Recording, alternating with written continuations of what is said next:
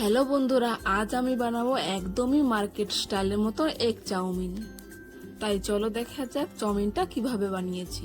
চাউমিনে যে সবজিগুলা পড়বে সেই সবজিগুলা প্রথমে কেটে নিতে হবে। প্রথমে পেঁয়াজগুলো একটু বেশি করে কেটে নিয়েছি, তারপর একটা পাতাকপি অর্ধেক কেটে সেগুলা লম্বা লম্বা করে কেটে নিয়েছি। চাউমিনে বাঁধাকপি অ্যাড করলে চাউমিনের কোয়ান্টিটিটা একটু বেড়ে যায় আর খেতেও ভাল লাগে। তার জন্য আমি এখানে অর্ধেকের মতো পাতাকপি কেটে নিয়েছি। পাতাকপি কাটা হয়ে যাওয়ার পর এখানে আমি 2টা শিমলা মির্চও কেটে নেব। শিমলা মির্চ কাটার সময় ভিতরে যে সাদা অংশটা থাকে সেই অংশটা ফেলে দিতে হবে। বাঁধাকপি যেমন লম্বা লম্বা করে কেটেছিলাম, এখানে শিমলা মির্চটাও লম্বা লম্বা করে কেটে নিতে হবে। আমি যেমন ভাবে কাটছি তেমন ভাবেই লম্বা লম্বা করে কেটে নিতে হবে।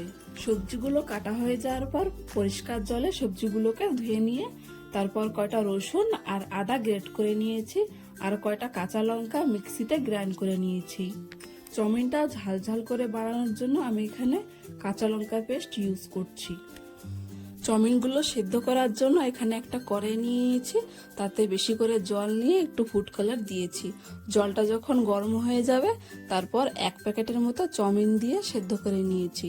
যেহেতু আমি মার্কেট স্টাইলের মতো চাউমিন বানাতে চাচ্ছি তার জন্য আমি এখানে ফুড কালার ইউজ করছি। তোমরা চাইলে ফুড কালারটা স্কিপ করতে পারো। চাউমিনটা যখন 70% সেদ্ধ হয়ে যাবে তখন একটা ঝাঁঝরিতে ঢেলে দিয়ে জলগুলো আলগা করে নিতে হবে।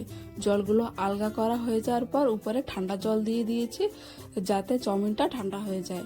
তারপরে 1 চামচ তেল দিয়ে মাখিয়ে নিয়েছি যাতে একটার সাথে একটা চাউমিন লেগে না যায়। তারপর এখানে 4টা ডিম ভেঙে ঝুরঝুরে করে ভেজে তুলে রেখেছি।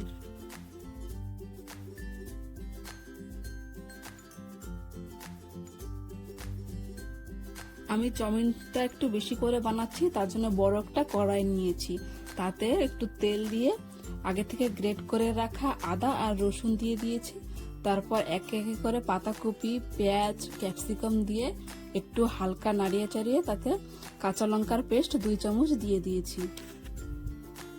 সবজির যখন কাঁচা গন্ধটা চলে যাবে তারপর 1 চামচের মতো লবণ, হলুদ আর সয়া সস, টমেটো সস দিয়ে আরেকটু সময় মিক্স করে নিতে হবে যাতে ফ্লেভারটা সবজির মধ্যে ভালো মতো ঢুকে যায়।